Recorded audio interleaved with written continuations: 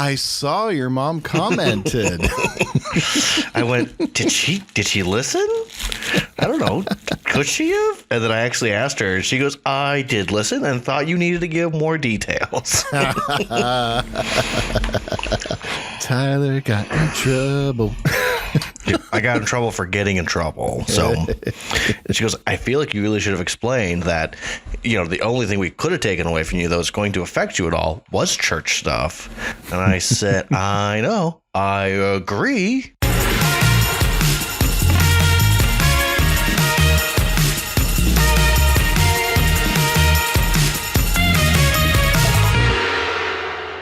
Welcome back to Dads Meet World, your weekly deep dive into that classic 90s show, Boy Meets World. I am one of your dads. Dad number one this week, Tyler. And I'm dad number two, Brett. That's number two, not number two. Yes. Brett, we got an interesting episode for us to talk about today, The Uninvited. But before we get there, I got to ask, what's new? What's going on in your life? Well, what is new this week? The family's actually healthy this week, but yeah. No sickness, no injuries. All three kids are happy, hale, and hearty, and we're getting ready for the youngest. Asher has a performance coming up, and they're all getting ready for spring break next week. So that is going to be an interesting week for them because Kelly and I both have to work. They're going to get a lot of free time around the house next week. That's the worst when you become a real adult and you go, but wait, we should have this time off. It's spring break or winter break or whatever. Like, nope, you got to work. Yeah, but to kick off spring break, Asher's birthday, he's going to be 9 this Saturday. And that's not possible. Oh, it is. He'll be 9 years old this Saturday as we're recording, the day after this episode will drop. And yeah, so happy birthday, Asher. And every year his elementary school rents out our local natatorium. And if you're not familiar with a natatorium, it is, think a high-end YMCA, pool, basketball courts, extra rooms, gym, running track around the whole building. Really, really, really nice place. Well, every year his elementary school rents it out for a family night. Well, this year it just happens to fall on his birthday. So family night this year, his school is throwing him a birthday party.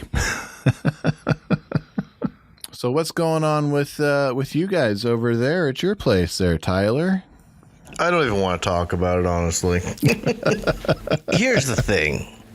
I knew having another kid meant more possibilities of getting sick and it just hitting us all.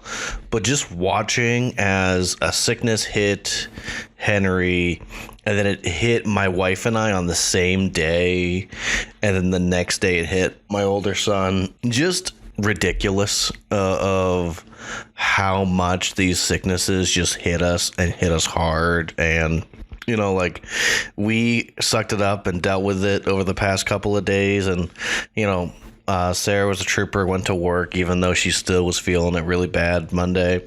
Mm-hmm. And I stayed home with both the kids. And it's just, you hate seeing your kids suffering and being sick. And it's even worse when you also feel that same anguish and sickness. And no one feels bad for you because you're the parent. You got to deal with it. Of course, you're not allowed to have dad flu. Mm-hmm. Like on Sunday, we were like, okay, let's trade on and off. Like, you get to go sleep now and take care of your sickness. Then I'm going to go sleep. Like, we were both like on the couch and just being like, we're having a resting day. It's like, we're not doing anything. We just can't. So, getting hit with some sickness. It's going to be a real interesting podcast episode because I can feel that my brain just doesn't really want to operate whatsoever. So let's see what happens and see how much editing Brett has to do for this episode. All right. So this could be fun. This could be frightening. So good looking people out there. Let's start off with our synopsis because We're looking at episode number 5, The Uninvited. It's the first party of the school year. It's getting nearer and nearer, and Cory's reputation hangs in the balance over whether or not he'll be invited. By the way, I didn't write this synopsis. I'm just trying to make it more dramatic. Cory is relieved when he finally does score an invite, but is shocked when Sean does not. This episode was written by Susan Estelle Jansen, directed by David Trainer, and originally aired on October 21st, 1994, and currently enjoys an IMDb rating of 7.8. Well, we start this episode out kind of interestingly, I think, because no Cory, no Eric. It's just Alan and Amy in the kitchen. This is the first one I can remember where we really get to start off with the parents. Mm-hmm. And it's not even like they're trying to get the other ones going or moving in the morning. It's just the two of them are there going through the mail and talking and being annoyed and frustrated. And because Alan's got all these old dude catalogs in the mail. Yes, getting all these old man catalogs, doesn't understand. Getting coupons. Oh, yeah. I didn't write down the names of these catalogs, but they're definitely TV catalog titles. Oh, yeah. I mean, one of them is not, but we don't need to get into that one. I just thought it was funny. I did like when they're joking around about how they're not getting old, and he goes, I don't know, I might be 46 diapers for $29.99. Oh, the Depends. Oh, yes. There's a picture of a guy water skiing in them.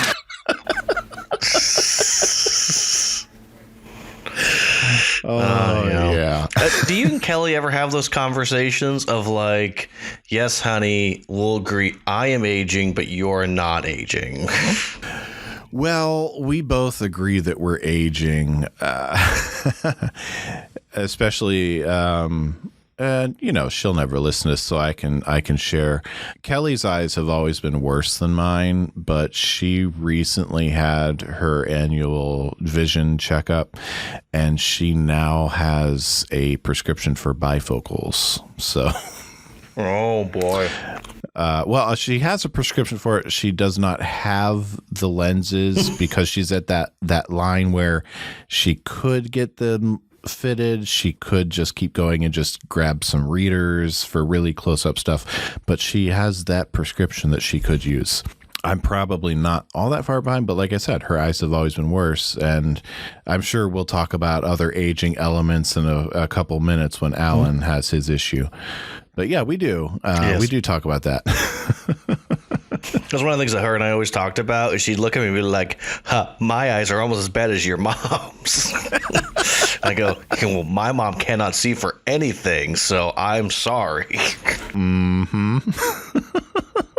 I mean, I've had glasses since I was 12, and like my prescription has slowly over almost, 20 years now gotten worse, but it's like every couple of years I'll get a little bit more, but my eyesight still is not as bad as it was whenever I met you guys. Yeah, I've had glasses since at least second grade, I believe. I could probably see well enough to drive, but I could not tell you what roads were. I couldn't tell you what was written on the road signs if I was looking for a place. That's fair. Yeah, in an emergency I could, but I've got no idea. Everything would just be blurry, but I can tell what's a car and what's not a car. Yeah. Oh, look. That's all that counts. A deer. No, that was a dog. Well, that's all the same around here. I will say, I mean, I have to be careful because my wife is in the other room, but when we met, she was 2 years older than me, and now... Now she's 4 years older? No, now she is 29, and that's where she will stay. Oh, now you're 2 years older. Yes, I'm 31, and it's been made very clear that she is 29. And anytime we talk about her age, I just go, "Well, you're 29," and she goes, "Yeah, I am." Well, there you go. So, I mean, I'll even say it like I'm in my 30s now, and I'll just like I'll stand up and do something and I'll walk around and be like, gosh, why am I hurting? And I'm like, like I am just feeling my age today.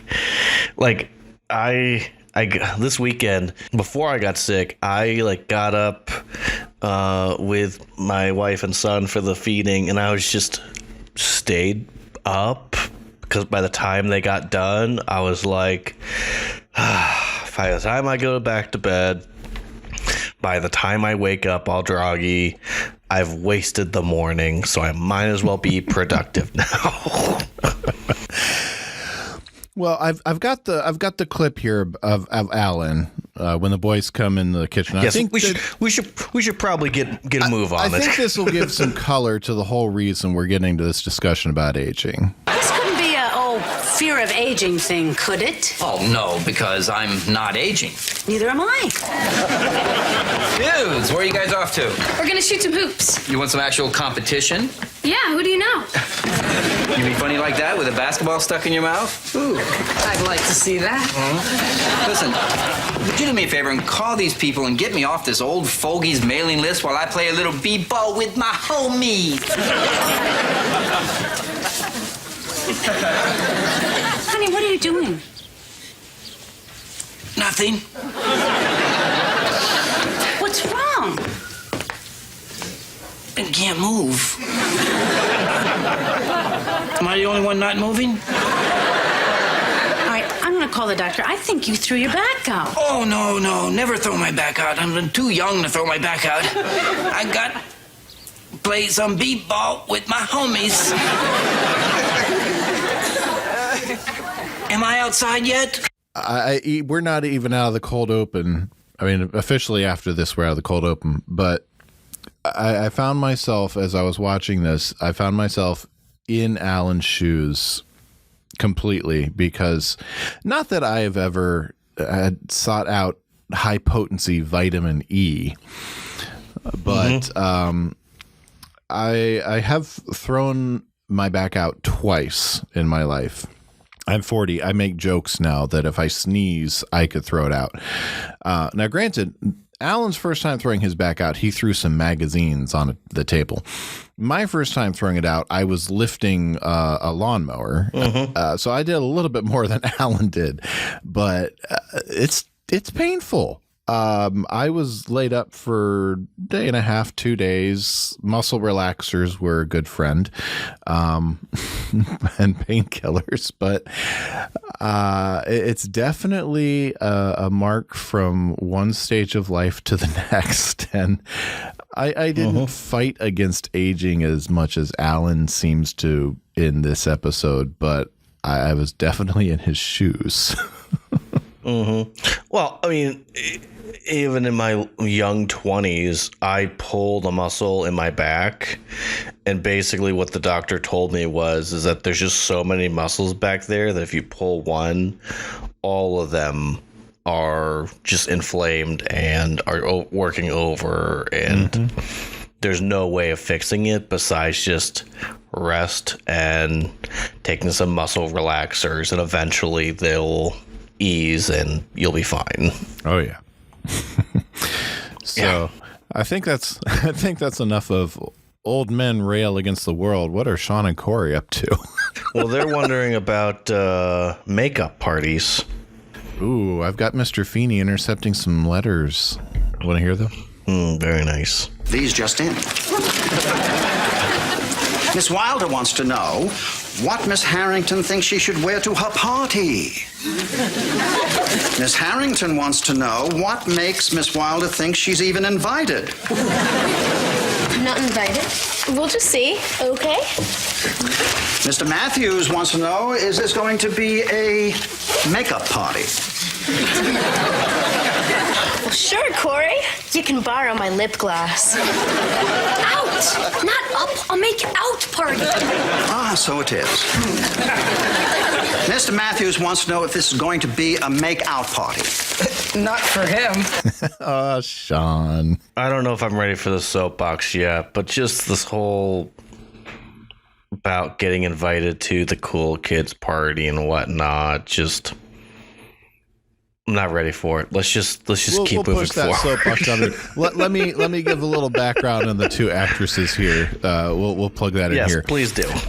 We've got Melissa John Stewart. Melissa is played by Jonah Stewart Bowden. This is her first and only appearance on Boy Meets World. She has 16 acting credits to her name, none since 1999. You might have caught her in Ladybugs, Beverly Hills 90210, Young Hercules, or Pacific Blue. Melissa, of course, it's her party. Jennifer is played by Jessica Bowman. This is also her only appearance in Boy Meets World. She also has 16 acting credits to her name, has not acted since 2011. Career largely in TV, guest spots on NYPD Blue, Baywatch, movie roles in Joyride and Derailed. But her biggest role was as the character Colleen Cooper in 88 episodes of Dr. Quinn, Medicine Woman. Interesting. Yes. So I guess we should go back for a moment. Feeney's trying to teach class and people are passing notes. I don't know if kids actually pass notes anymore because a lot of them just have laptops out and they're just kind of messaging each other constantly. Either that or texting, I'm sure. That was my experience as a substitute of just watching all these kids on computers, knowing that they're emailing each other and messaging each other. Mm-hmm. And these students in Feeney's class were not they weren't very sneaky about hiding that they were passing notes at all either. No, they weren't. And I don't get that because I remember passing notes in high school and middle school, and you had to do it when the teacher wasn't paying attention. Yeah. Now, they probably could have gotten away with them while he was in the corner of the classroom, but they were just really bold with it. Yeah. Also, this is the first time we're in Mr. Feeney's classroom as a middle school teacher. So it is. So welcome to Feeney's classroom. And clearly, history teacher. Of course, history. But again, this is the thing I like about us now being in that middle school, high school range is his focus is straight on history and helping them to understand the world through the lens of history. Mm-hmm. And Turner can help them understand the world through literature. The problem I kept having last season was that Feeney was all over the place. We had no idea what type of classroom we were in, what we were doing, but it's always history now with Feeney, unless he's teaching, I don't know, insert any random elective class that somehow Feeney's teaching later on. Scuba dooba. I walked into that one. Underboat Andy. Yes. But we're seeing that Cory's truly in high school / middle school because the cool girls are rude, obnoxious, and are like the girls that Eric is interested in. Of course. It's a makeup party. He can borrow the lip gloss, and his embarrassment is just so palpable. He hides his head like a turtle would. And then he and Sean are out in the hall, and he's worried that everyone's going to remember. This is high school. Too much going on to remember anything. I think Sean's a little bit optimistic with that sentence. He is, but I also like that we're starting to see that Sean is relaxed at school. He really is. He's not worried about grades. He's not worried about a whole lot of things. And even at this point, when it comes to girls, he's much more relaxed about them. Sean has found himself. He knows who he is, and he is comfortable in his own skin. Yes, but then we run into an old friend. Harley Kiner. Yes, it's been a few episodes, but we pick up right where we left off with him, and we feel like we haven't missed him at all. Yes, because Cory sat in Harley's chair in the cafeteria last Friday, but Cory didn't know. Hey, everybody knows that's Holly's chair. Everybody knows it's always been Holly's chair, and it's always going to be Holly's chair every year that he's a senior. Ain't that right, Frankie? What are you saying? I like my sister? No, I'm not saying that. I'm just saying you have a very close family. Hey, where you going? I want to call home. It's going to take a hot minute to really get the Frankie, Joey situated.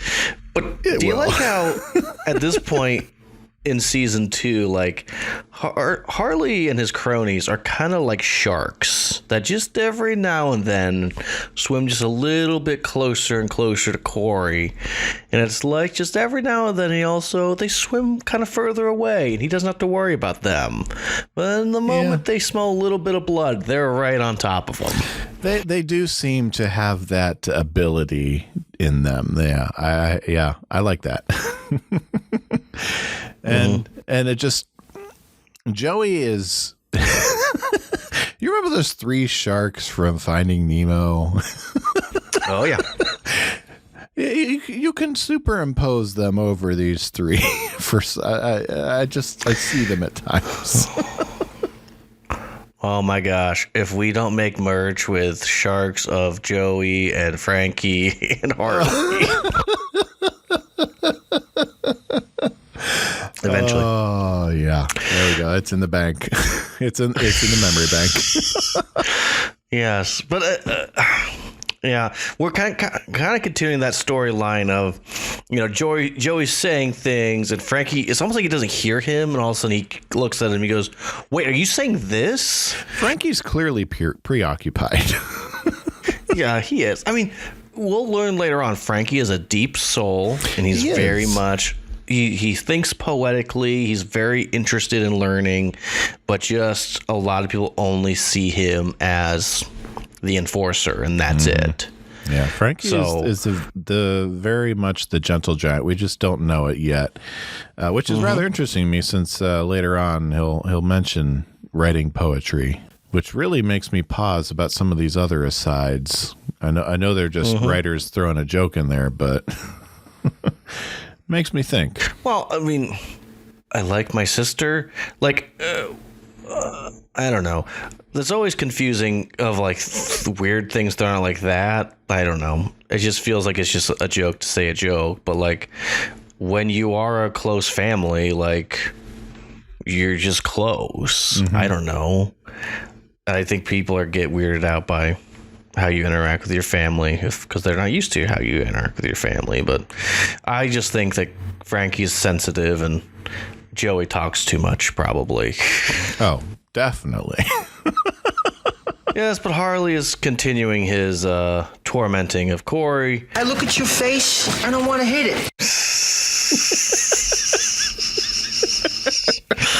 Yes, Harley kind of sees other kids that he needs to go bully, so he goes and picks on them instead. Then we go to Cory and Sean being in the hallway, and they're passing out the invites. The invites to the party, and it's just so... Cory is just so whiny, and he's so in his head and neurotic about... He's very much the polar opposite of Sean. He is so concerned about what other people think about him, and wanting to be cool and liked by everyone. And this is a very over-the-top, over-dramatized storybook, slow motion. Here's your invite. You don't get an invite. And Cory gets an invite. The music swells. He does. He's just over-the-top excited. But just because he got invited doesn't mean Sean got invited. He did not. He did not get an invite. And Sean hides his hurt pretty well. I mean, he's hurt by it, but he does hide it pretty well. Well, I think Sean is the type of guy who he's not worried about if he's actually going to get invited or not. It's not going to change his mindset on who he is, so he's not overthinking it like Cory is. Right. I mean, he wants Cory to ask. I mean, he admits it, but he's not going to beg him to. He's not going to tell him to go ask. But yeah, and Cory even tries to go up to this, says, "I think you made a mistake. I'm invited, but Sean's not." Like, nope, no mistake. Yeah. You're invited. He's not. Yeah, and I like the fun little interplay when he comes back over to Sean here. From what I gather, in the last 3 seconds, everything in the world has changed. What do you mean? I'm not sure. I mean, Sean, you're much cooler than I am. At least I thought you were. Trust me, I am. Then how come I got invited and you didn't? So I really didn't get invited. Unless it's a big surprise party for you. I guess it's just one of those high school mysteries. Like how janitor Bud lost his eye. Well, what are we gonna do? You're gonna go to their party. I'm not going to a party that you're not invited to. Oh, don't sweat it, Cory. I'll go grab a burger at Chubby's. No, you won't. And why won't I? Because I'm cool now, which means I run with a very influential crowd, which means all I do is pick up this telephone, pull a few strings, and get you invited to the party. Who are you gonna call? Well, normally I'd call you. And see, Cory thinks that the roles have shifted a little bit, but they really haven't. No, and Sean knows that. Like, Sean just mostly is curious of, like, how come I wasn't invited? I am cool. Mm-hmm. And Cory is just, I don't know. It's almost like his head is inflated just a little too much. Oh, yes. It really is. I mean, come on. It's like, I now have influence. All I do is call somebody. I pick up this phone normally and I make call some you. calls. I mean, come on. When he got the invite, his response was, We are high school gods. And class? We don't need no stinking class. Those were his responses. Yeah. I like how Sean makes it clear of, I mean, hey, I'll get a burger at Chubby's. Like, that'll be my Friday or Saturday night. So yeah. He doesn't need a party. He's going to go to Chubby's. He's going to do his thing. Mm-hmm. Now, I'll just ask this. Was it normal in your day for random high school party to give invitations? Honestly, probably not. I remember I was homeschooled in high school, so we really didn't do parties. But, I mean, I did go to youth group in high school, but we didn't really do parties per se. I mean, even for a birthday party, it was just, hey, we're doing a party, just come over. Yeah. Well, I was just going to say, like, I mean, growing up at the same time I'm in now, Cory, we just most often parties were bonfires or birthday parties. And, it wasn't that uncommon to just text people and be like, hey, having a bonfire, hey, having people over, you want to come over? Or like in my case, I had neighbors that I was close enough to that I'd be like, oh, they have a fire. I'm just going to walk over, see how they're doing. And, oftentimes if I did that, they'd be like, hey, pull up a chair and hang out. Well, okay. Yeah, I mean, if it was a party with a group of friends, we'd tell each other we wanted to hang out. But if it was a party where it was open, it was just, the information of where and when was publicized, and whoever showed up, showed up. Right. Well, it's also that thing about, like, giving invitations to a party that's not a birthday party that's supposed to happen either that night or the next night even. Like, how much time are you actually giving people to come? Make plans for it. It's a very TV conceit and a very dated conceit that honestly, outside of certain regions, didn't really last long into the 90s. Right. Well, and it is that thing about people who are writing the shows for the kids are way too far away from what is actually happening pop culture in schools. So it's why I get typically annoyed when I see that even in modern day shows, the football players are giant jocks that rule the school and they can't do anything wrong, even if the football team is bad. And I'm like, clearly you didn't go to my high school, where even if you were a football player, you would still get in trouble, and we're expected to be better than and to not make dumb choices. The football team at our school doesn't rule the school. They win like one game a year. Yeah. Well, it's such a 80s trope that it just drives me crazy when I still see it nowadays. Yeah. So anyway, we're in the cafeteria, and I clipped Cory's conversation with Mr. Turner after they abused the soda machine. Nice little bonding moment there, but it's all visual. So if you haven't watched the episode, first of all, why are you listening to the podcast before the episode?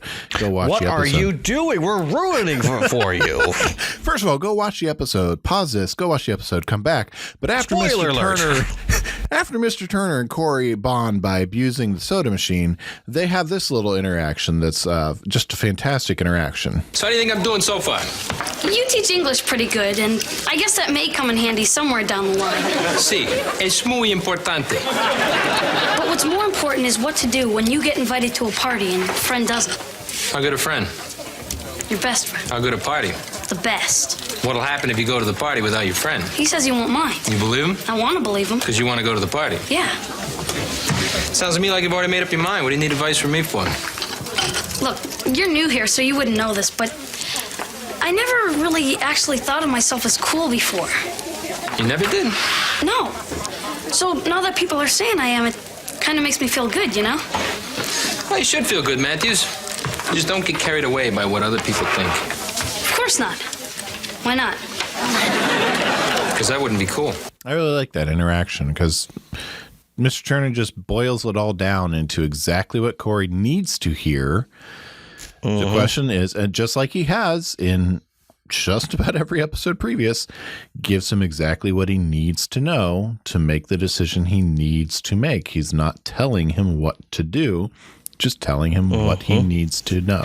It's giving him the understanding of just, hey, you may want my opinion, but my opinion is you need to think about this more.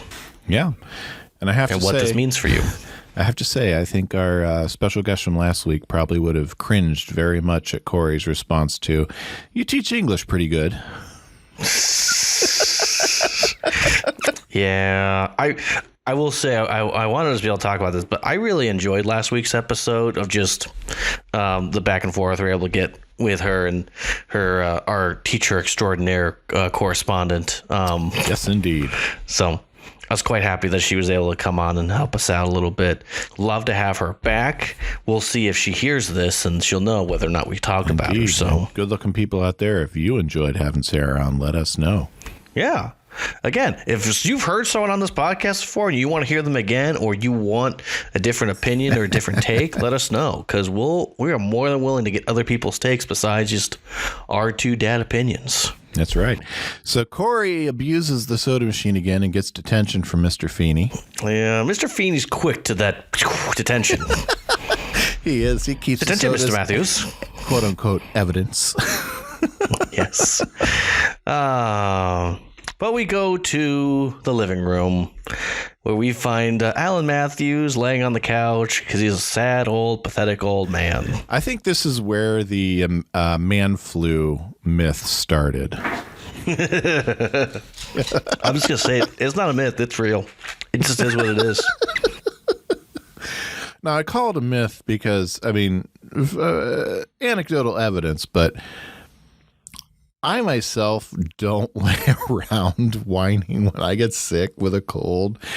And you know, anyone can call and ask my wife. I push through pretty much any sickness I have until I absolutely can't. I at one point was sick with swine flu, and while was in the midst of the worst of it, had my wife come. I was sick in the basement, staying away from everyone else. She came to the basement window, knocked on the window to wake me up, to come up into the house to catch a bat because it was flying around the house.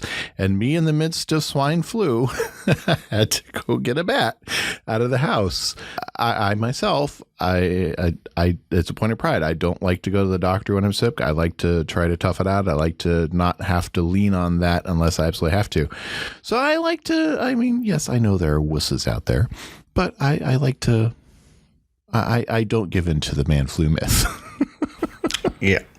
See, you're the other edge of that very sharp point, my friend, in that you will drive yourself to the point of your body shuts down. And I remember that time period because I went from talking to you almost on an every other day occurrence to, did Brett just like fall off the face of the earth? Like, what happened? Like texting you multiple times a day, like, are you okay? Like, where'd you go? Like, are you still in town? Like, I go by your house, I see your vehicles are there. Like, are you alive? There are some drawbacks to that, yes. I have learned a little more balance in the time since, but this is a point where I do depart from Alan. I said earlier I was really relating to Alan when he threw us back out. I depart ways from Alan some with how he deals with his back. I was not quite like this with Alan. Well, and there's very much a possibility that Alan's feeling a bit of depression, I would say. He is. He's basically facing his own mortality. He's never really up to this point. I mean, he's always been kind of a jock. He's played baseball with both his kids. We'll see throughout the rest of the run of the series. He was a boxing champion in the Navy. He was second best in the entire Navy. Navy. That's right. He always does the athletic stuff with Eric. He's basically he's kind of like a man's man. They do camping, they do fishing, all this type of stuff. And they describe him as well of he's constantly on his feet. He is constantly doing stuff at work. So he's not even a manager who goes in, sits at a desk and manages. He is on the front lines with his people. Yes, I mean, this probably outside of unless he was in really frontline action during the Navy, I'm assuming based on when he would have served, he was probably just a lot of hurry up and wait type of action. This is probably his first real brush with mortality, having to realize that, oh yeah, your body's starting to break down. So it is effectively his first real brush with mortality. So I do have to give him that. Yeah. So Feeney comes in, though, trying to encourage him to get up and go do a little workout with him at the health club. For health? And that doesn't work. And Feeney's last-ditch effort. You're a disgrace to all men. Throw some dirt on him and plant some flowers. Yeah.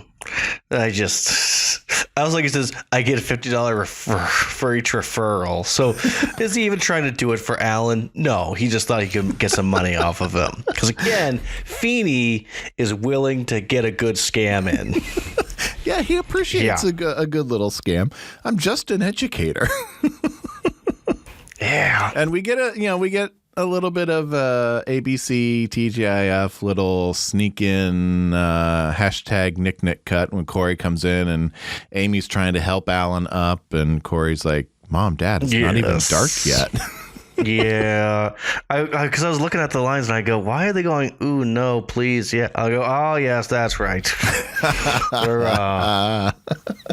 Yeah, and Cory getting that we're getting older phase. Yep, Cory knows what sex is. Oops. Yeah. He tells them that they're going to go to a party and Mom's going to take him there and Dad's going to get ready to get going and he's going to pick him up. In 5 hours, because he's leaving now. Yes. That was a good joke. I like that. Mm-hmm. Yeah, and I like up in the bedroom, he's getting ready, and I clipped this little interaction with him and Eric. So I'm going to play that for you now. What, are you crazy? You swallowed that? I'm taking no chances tonight. I want the stuff in my stomach on reserve. Why? Because I'm going to a makeout party. If I burp, minty fresh. Okay, I guess if you think about it, it makes sense. Hey, where's my deodorant? In my pants. You're sick. I'm cool. Since when? Since Melissa Harrington invited me to her party. Who's Melissa Harrington?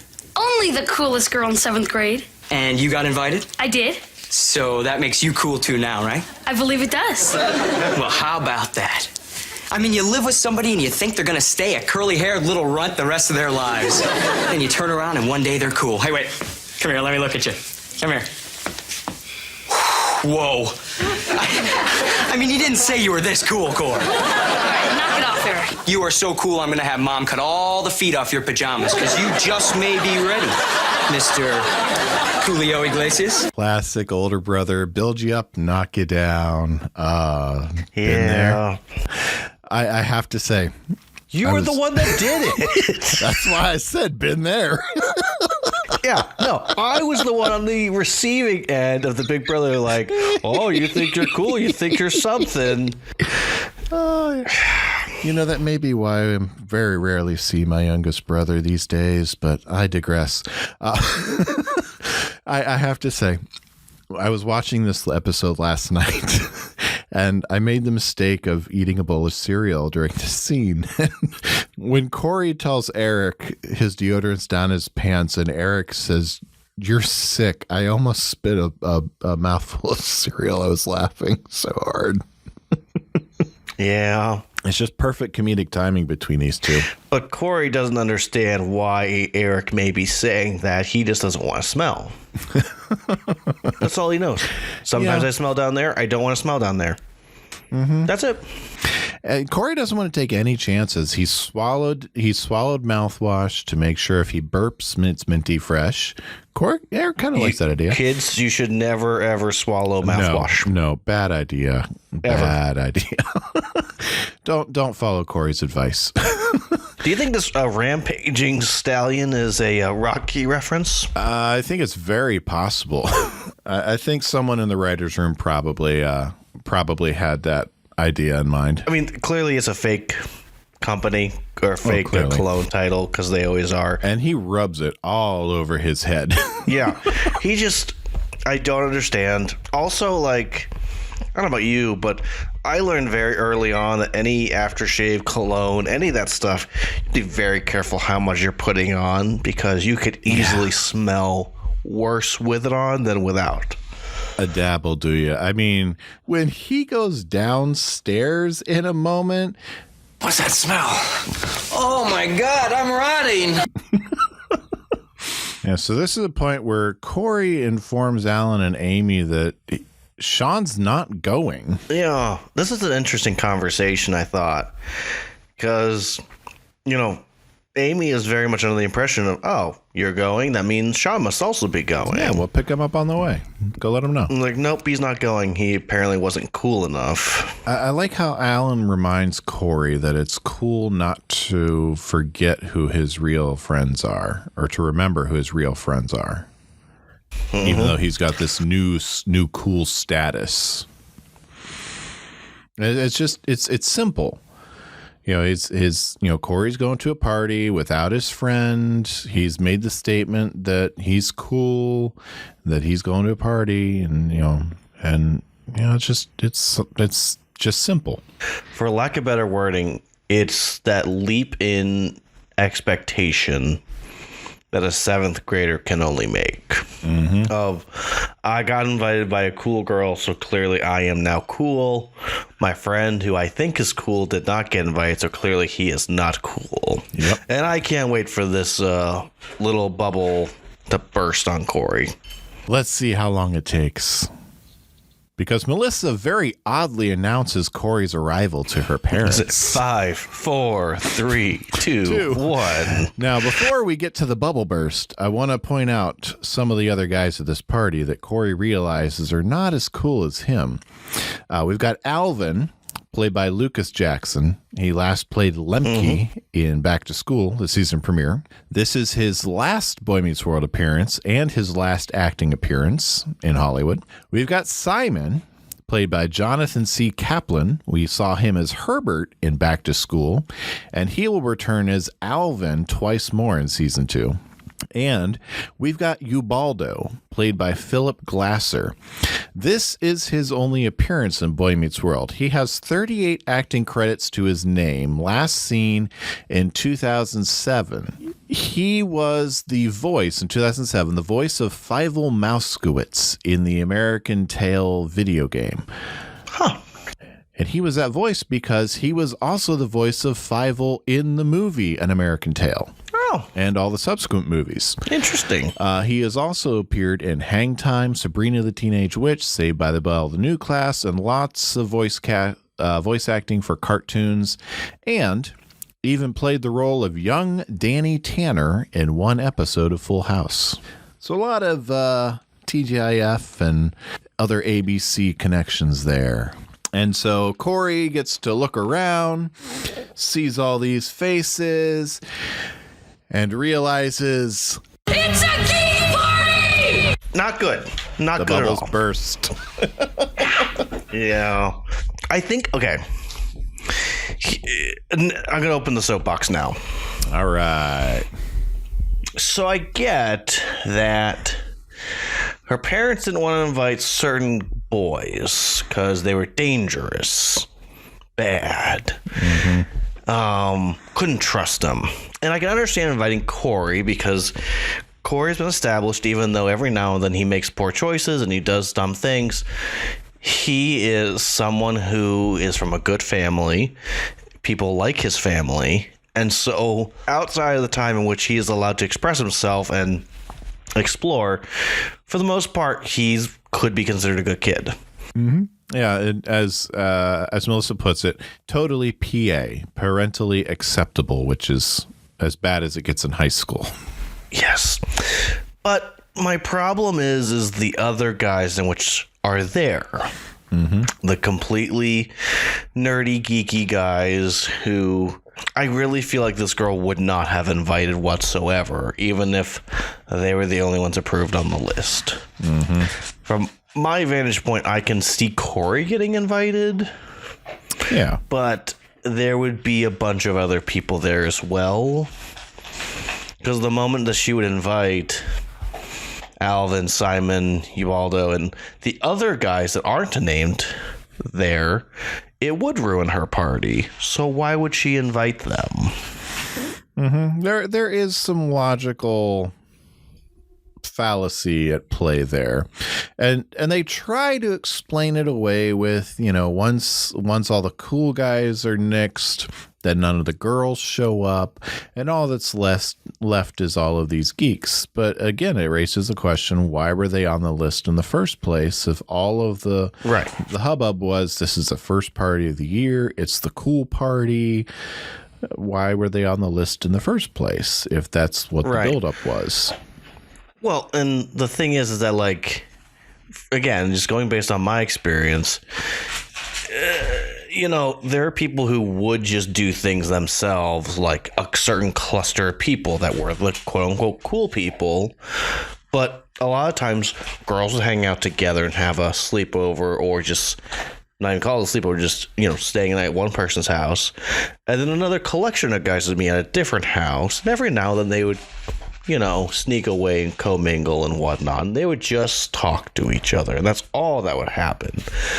And it just feels like they are going for that PG, more G of, it's got to be at a party, hand note has to go out, can't have these dangerous boys there, blah, blah, blah. Like, for the most part, people that would have these type of parties where it would be intermixed, like, the parents didn't care who was there.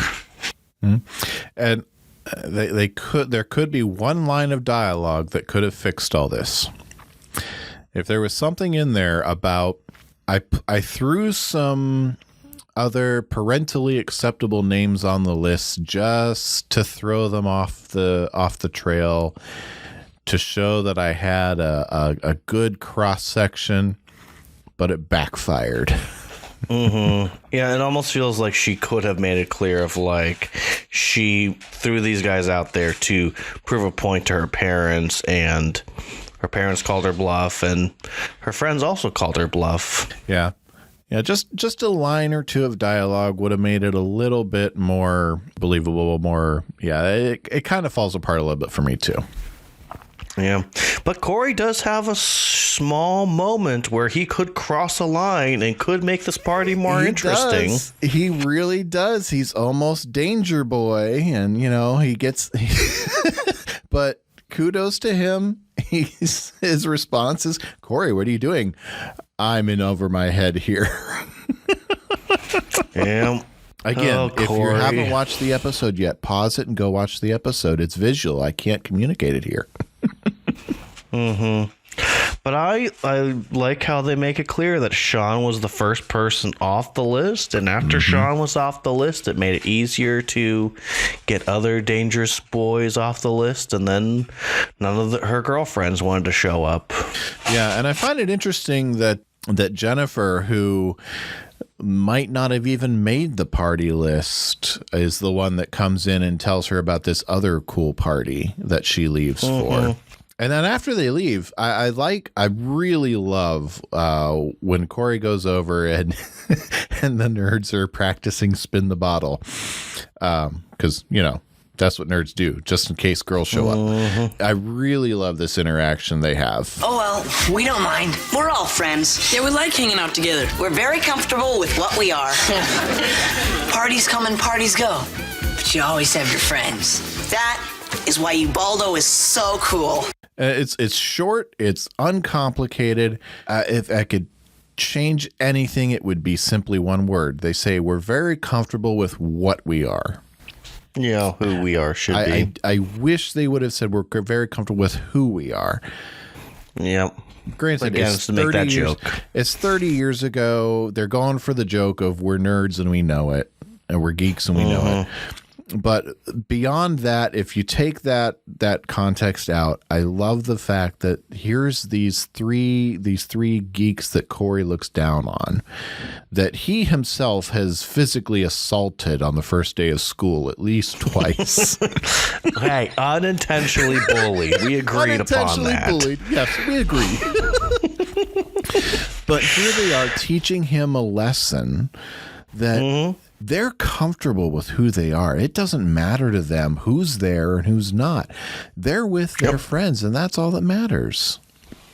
Oh, there's plenty of people from high school that I had a lot more respect for than the people that are trying to be cool, because they just knew, hey, I'm not trying to be anybody besides me, and who I am is who I want to be, and the people I hang out with are the people I want to hang out with. Those are the people I always had more respect for. Have you ever scored 33 billion on a pinball game? Never anywhere close to 33 billion, no. Yeah.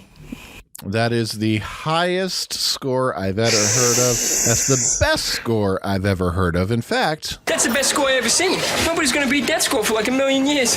Ain't that right, Frankie? What are you saying? Sometimes at night I like to write poetry? No, I'm just saying that, actually I think that's kind of cool. What are they, sonnets? I gotta get me some better adjusted guys. So this is the point I have to ask. Is Frankie and Joey technically in a minor cult right now? Because whatever Harley says is what they do and what they go with, even if something is impossible, like 33 billion. yeah, they might be. I mean, look at the last few appearances they've had. I mean, they do whatever he says. They go to great lengths just to keep their status and their station. I mean, when eventually, I mean, spoiler alert for a 30-plus-year-old show, when Harley is sent off to reform school, they are completely at a loss for what to do in life. And it takes Joey being lost to Frankie for him to finally break free of what am I in this world. So you could say that. Yeah. I mean, I also get that, like, in any form of gangs, they run essentially of one person's in charge and everybody else listens to what they do, and that person who's in charge is the one that says this is what we're doing. So there's plenty of movies and TV shows about it. So They are his lackey toadstools. Yeah, I do like how in the confusion of what you think sometimes at night I like to write poetry. No, well, actually, I think that's kind of cool. What type of poetry are you writing? Yeah, like it's just that little window into their friendship of who they are. Even if it's a bad thing in Joey's mind, he automatically is willing to jump in. Like, you know what? Even if it's a bad thing, I'm into it. I want to know more. Yeah. Well, okay, so real quick, I know we're getting a little longer on time, but this reminds me of Bulk and Skull from the Power Rangers. Because Bulk and Skull at the beginning were quote-unquote bullies, but they never really did anything that truly harmed anybody. They were just angry teenagers that lashed out. But the Power Rangers always did something that messed with them, and then they, would lose the day. But there's a point when Bulk was making fun of music, and later on he learns that Skull actually knows how to play the piano well, and encourages his friend and is really excited for his friend, and doesn't give him a hard time about it because he sees how cool it can be through the eyes of his friendship. And that's why I do like the relationship between Frankie and Joey, because these two are a little pair that go well together. Now, is it going in the lanes of evil because, both of them see themselves more as criminals together? Yeah. But yeah. I mean, there's the destination is not a great place, but they are good friends. Yeah, they are. And they're very supportive of each other. Before we get to the 3,000 or 33 billion and the whole poets and all that jazz and great friendship, what's her face? Not Jennifer. Popular girl, blanking on her name. Melissa. She decides to ditch her own party, and Cory's like, what about me? She goes, don't care. Cory then learns that, hey, you can, like yourself for who you are. 33 billion later, great friendship, great conversation we had. And now Cory shows up to Chubby's. First time we're ever at Chubby's. Go to Chubby's. Yeah. Uh-huh. Yeah, he runs into Mr. Turner there. I don't know if you caught this, but I've seen this episode many times, and I don't remember catching this before. But when he runs into Mr. Turner, Harley catches Cory coming down the stairs, and he seems to be coming after him. And when Mr. Turner turns around and mentions him by name, Harley just kind of backs off up the stairs. Yeah, it's a nice little background. That's very well done. Yeah, it's very subtle in the background, and unless you're watching for it, you really don't catch it. Just I put it down in my notes, and it's just nice little background notice there. Yeah, I do love that because it's established very well that he will not mess with him when he's interacting with Turner. English lit and kickboxing. Could I take you? Nah. I do love that, Turner will show up to this spot. It's a spot where teenagers constantly are. I mean, Mr. Turner doesn't mind the food. Oh, yeah. But I think part of the reasons why he's willing to go there and eat there is because that's where a lot of his students are. He's a single guy, and while he's getting a burger, if he ends up interacting with one of his students, which he does, and it happens often, I think in his eyes, it's worth his time.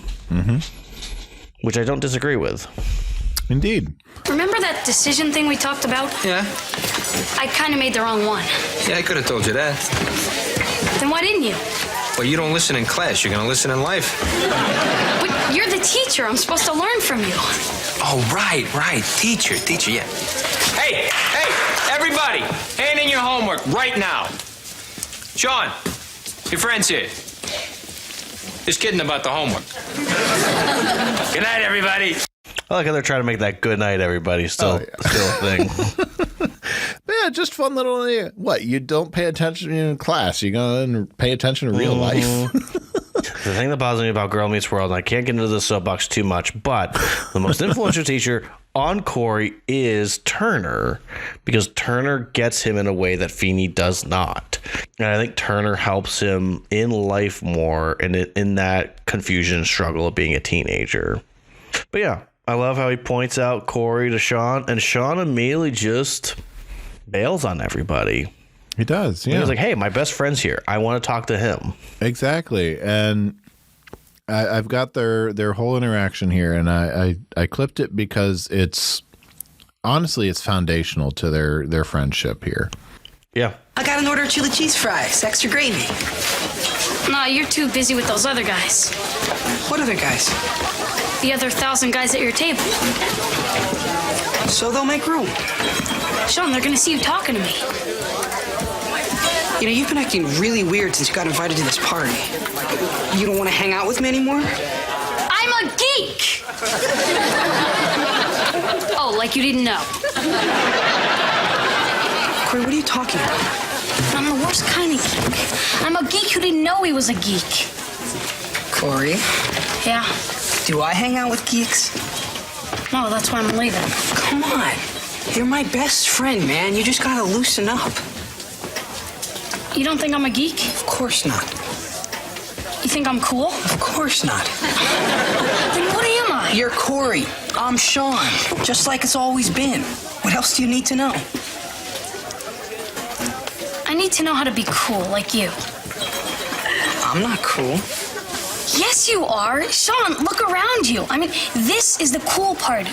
You are the center of the cool party. This is the cool party. Yes. Let's bail. What? This place is a zoo. Let's bail. Oh, I got it. You're trying to teach me how to be cool. Huh? You're trying to show me that it doesn't matter where you go, because if you're truly cool, wherever you go is the cool place to be, right? Cory? Yeah? Shut up. A very cool thing to say. And there's just so much in there that's foundational. Love it. I was just going to say that what I like about Sean and knowing who he is, all he cares about is that his friend knows that he sees him, he notices him, and that's all he cares about. I just think he sees past the facade of the quote-unquote other cool kids trying to hang out with him, because a lot of them he didn't know beforehand. Why would he want to waste his time with them? Yeah. You know, the more they get to know him, are they going to be as accepting of him, or is he just considered dangerous, so that's why they're interested? Yeah, the labels aren't necessary to him. You know, I'm not cool. I'm Sean. You're Cory. That's how it's always been. You know, these are friends who've been friends since they were old enough for Sean, young enough for Sean to teach Cory how to pick the lock on his playpen. You know, he's stuck with him through Cherry Bomb Day. He has forced him to face some hard truths and been there for him on the other side of it. I mean, this is his best friend, and nothing's going to change that. Even shouting, "I'm a geek" in the middle of a crowded Chubby's. Yep. Well, and it gets to that foundation of their friendship. And it doesn't matter how other people see them. It doesn't matter what else, is going on. If the two of them get to hang out, that's their preference. And I think, like, one of the things I like about as you see them continue to progress, this is the way it is forever with them, of them kind of being their own little world around the high school bubble, and them willing to bring other people into that little world. But it's not so important to them that everyone is a part of it. And they're also not trying to be anybody that they're not. Well, Cory's learning not to be anybody he's not. Yes, it's a slow process for him. Yeah. As it is for many, many adolescents and sometimes adults. So do we want to even touch the closing scene, or do we just want to say nick, cut, that's it? Well, I'll say this much. Hashtag nick, cut. If you don't want to listen to my addressing it, because we've addressed that storyline throughout. If you don't want to listen to addressing it, skip ahead about 45 seconds. Alan's using the grab on the couch. Amy shows off a new catalog purchase and for her next husband. And she finds the one way to finally get through to Alan that life is not over once his body has started to give out. They've got some jokes to throw in there. I think I'm regaining some sensation in my legs. But, Alan finally comes around to the reality that, yes, I'm getting older, but it's not all bad. I'm still here. I'm finally realizing that life is still worth living, even though I'm going to have this shell that is not as strong as it once was. Well, and also to be frank, there's very few things that truly motivate a married man like what Amy is offering. Exactly. And there you go. For all the younger viewers, it's just a conversation they need to have, and they just don't want you to walk in. That's all. It's just a conversation. Hashtag release the Nick cut. Yes. Yes, very much so. But I again, this plays into the playful nature of their relationship. Mm-hmm. Which I love seeing them explore this season. You're seeing them having scenes together, not so much talking about their kids, but just in their marriage. I like that. Yeah, you get to see them as a married couple, as people, not just as parents. And that's really good to see. Yeah. I mean, I think one of the best parts about being married, and maybe it's just because it's the way it is in my marriage, but my wife and I often try to play with each other. If that means we're joking around with each other a little bit, then that's what we're doing. If it just means that we're finding a game and we're trying to crush one another, and as long as we're both laughing, that's all that matters to me. Yep. And that, Pod Daddy, is an episode. That is indeed an episode. So, I believe you may have some deep dives.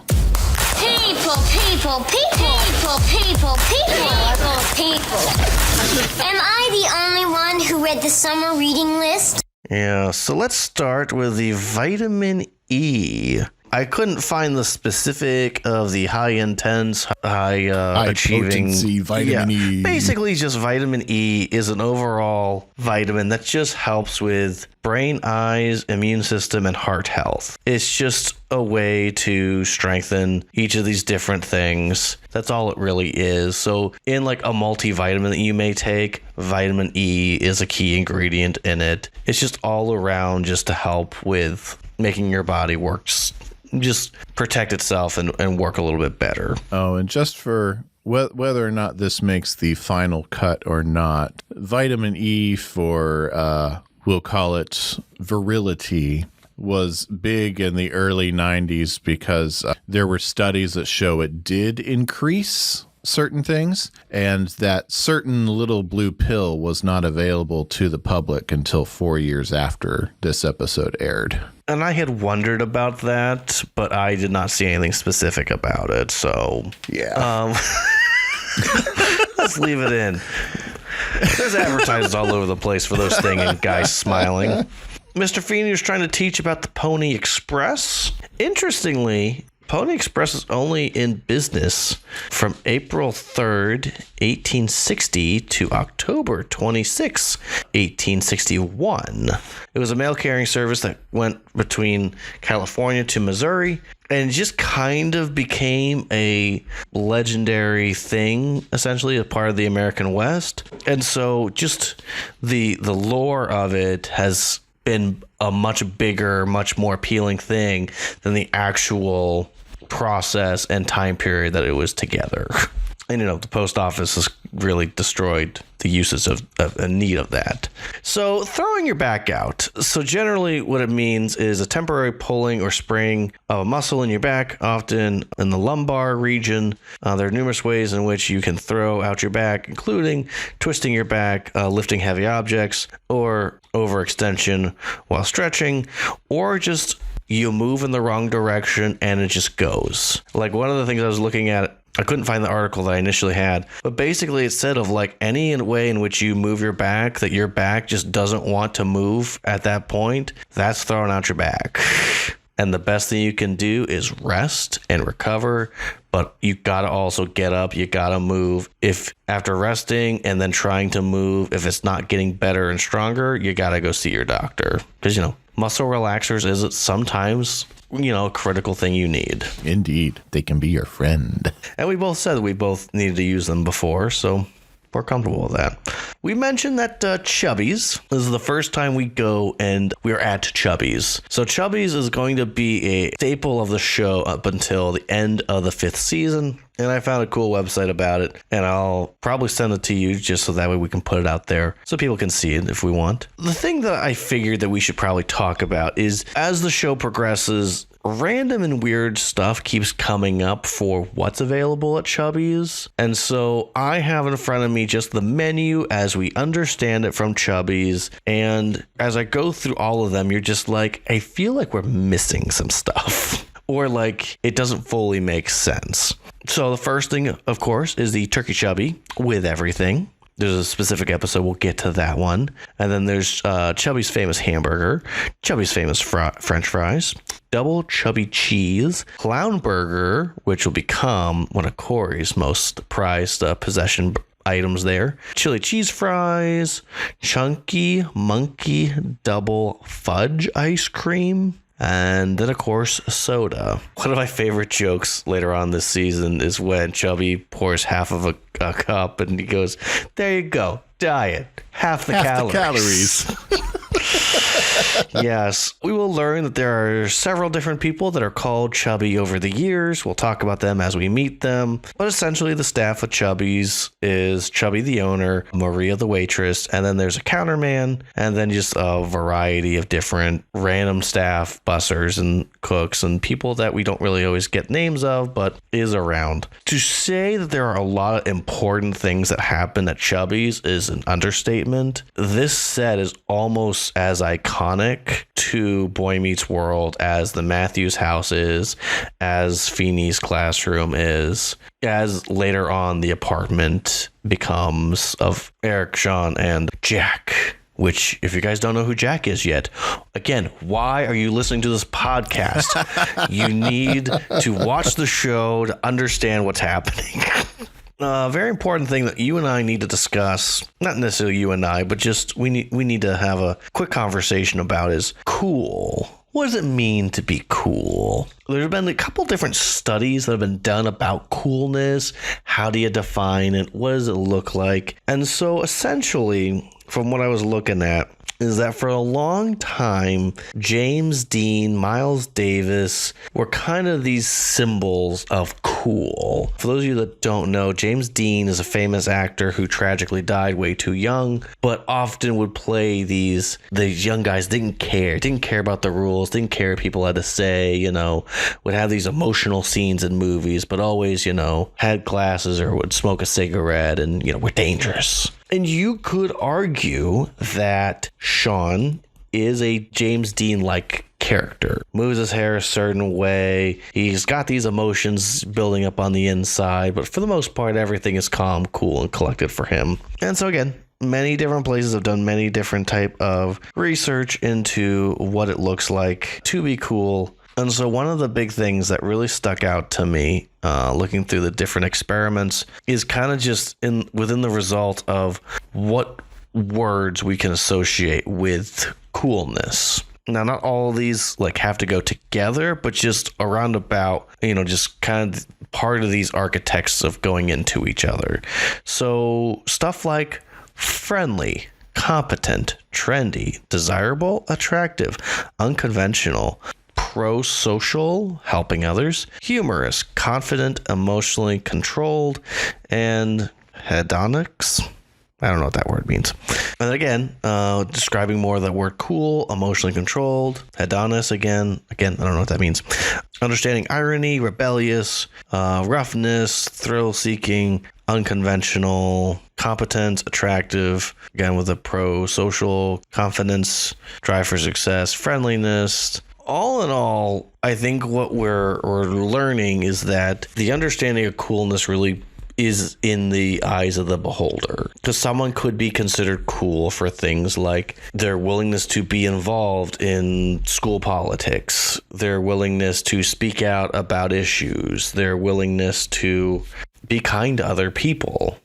People that are up to date on social trends sometimes is big thing on popularity. TikTok nowadays, especially TikTok dances. you see a lot of times that if people can master these dances and master certain moves or doing certain challenges and pranks, they see online, it's all these different type of things that come into it. And it's not just about that rebel loner, off in the distance, someone that's dangerous. We're really getting away from that. It's, are you willing to be someone that people can be around, someone that is kind and compassionate, or someone that's willing to stick up for the little guy? One of the things I love about my oldest son, Grayson, is even as a little baby in the nursery room at his daycare, would get very frustrated with bigger little babies that would harass and be mean to other smaller ones, and would get in the way or make a fuss and try to crawl to and help protect the little ones. It's something that is innate inside of him. And we've been told many times of him being in trouble because someone else started something and my son was there and finished it. I don't like the fact that other kids are trying to start fights with him, but I appreciate the fact that he doesn't allow other little ones, smaller people that are smaller than him, to be picked on because he's bigger and can be more of a protector. And he wants to be more of a protector. So yeah, that's all I got for the deep dives. What I learned is that I'm not cool, and I'm perfectly fine with that because I'm comfortable with who I am. Yeah, I don't care if I'm cool or not. I'm me. That's all that matters. So, You know anything about the Odyssey? Huh? Did I say you could talk? I didn't teach you that. My friend Mr. Matthews will lead the discussion. Do I have to draw you a picture? what did you learn this week, Tyler? Oh boy, what did I learn this week? Aside from you're not cool.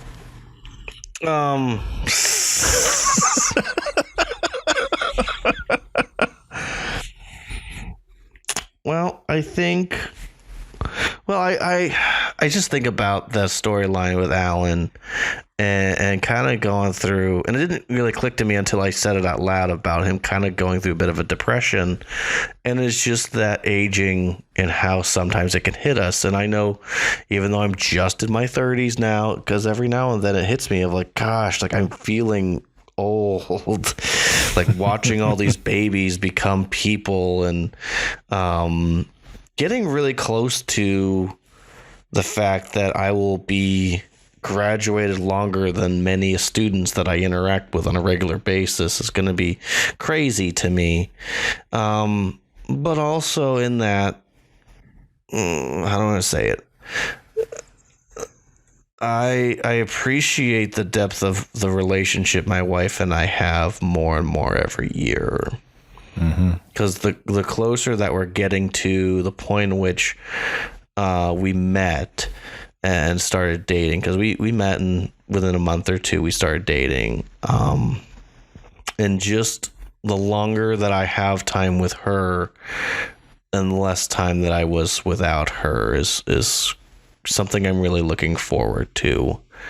It's going to happen next couple of years, but just constantly watching as both her and I are aging and looking at her going, you are even more incredible now than you were when we first met. And it's just one of those things that I've been really enjoying as of late, especially just after having our third son.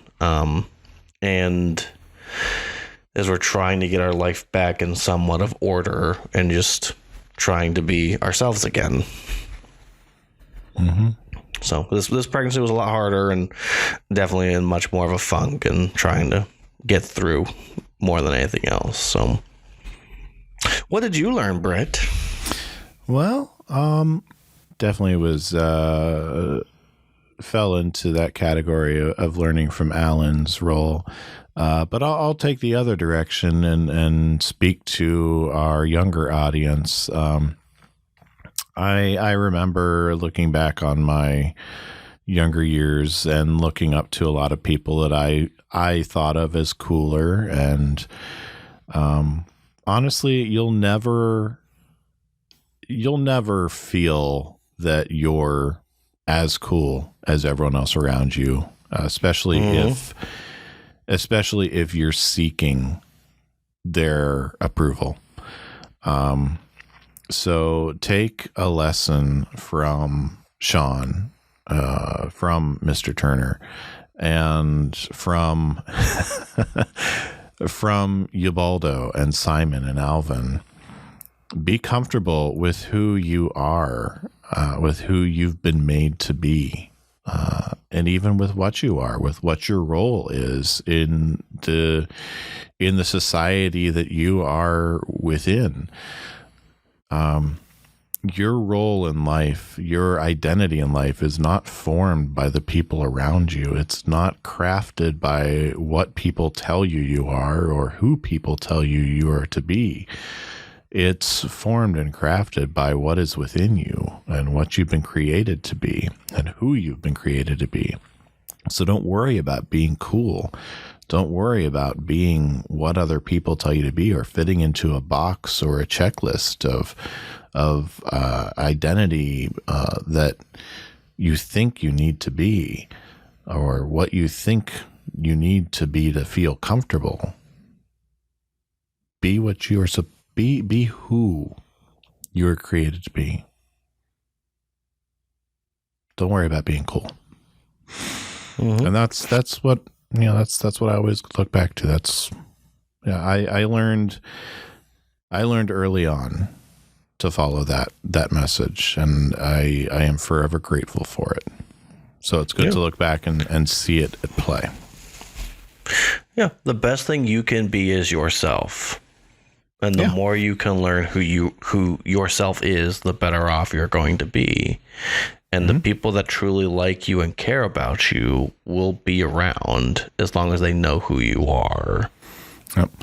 Cliches are cliches for a reason. They're often more true than you realize. Yeah. So, Tyler, let's grade this. What grade do you give The Uninvited?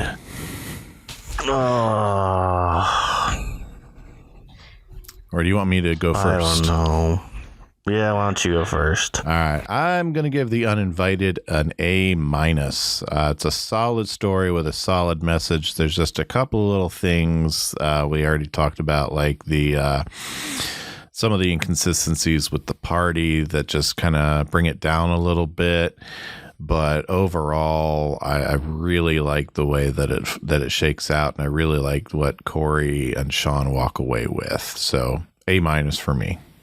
So you know that episode of The Office where you learn that Michael Scott sometimes makes promises he cannot keep, and you cringe the whole time as you're going, just stop, just don't say another word, just leave it be, Michael.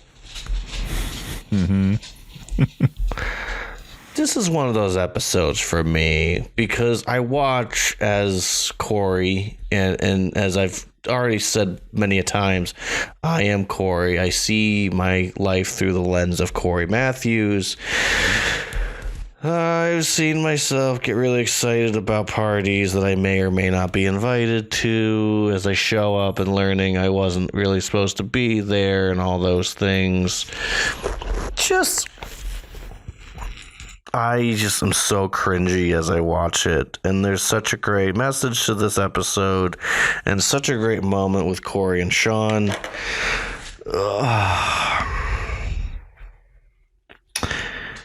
I'm gonna go with a C+. Okay. I can't help but feel the ick as I watch this episode, and it's mostly just because of me, and it's personal more than it is anything to do with the actual show. This is why I try to explain to people when they come on of what is your rubric. There is no rubric. It's just how do you feel as you watch this episode, and this is, to me, a black eye episode of this season of just, I hate this episode. I always want to go past it. I easily could have convinced myself to make it a D+, but through some of our conversation and also just that core foundation of who they are as characters and their friendship, I can't go anything less than a C+. And also, we meet Chubbies, and Chubbies is amazing. Mm-hmm. So, yeah. All right. This was painful. This is almost as bad as pre-union. All right. Well, good-looking people, there you have it. Except I need a dad joke. Yeah. All right. I got in light of Alan Matthews feeling old, I got a dad joke for you about getting old. All right. Old age isn't so bad when you consider the alternative. But oh, yeah. I'll let you think about that at home, dear viewers. All right. And with that, that's an episode. And that is an episode, good-looking people. So, you can find us all over the interwebs. You can find us online on social media at dadsmeetworld. You can send us emails. Tell us if you like our guests and if we should bring them back. Send us an email, drop us a message, send us a 5-star review that will tell other people to listen to us. And yeah. And we will be if you're back. dealing with some coldness and some sore throats, let us know your remedies, because clearly I'm not doing well. Yeah. And we will be back next week.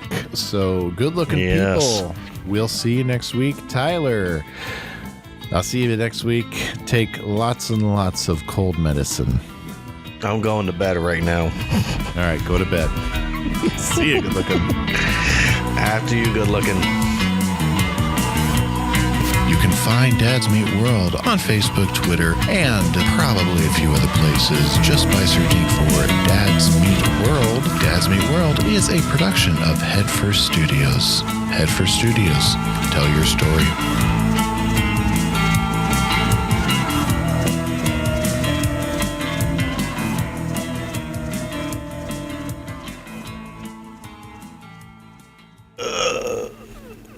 Okay, I hope you edit out some of this dead space. Oh, I always do. Except for when I put it in the bloopers. Title, because they always are. Bye.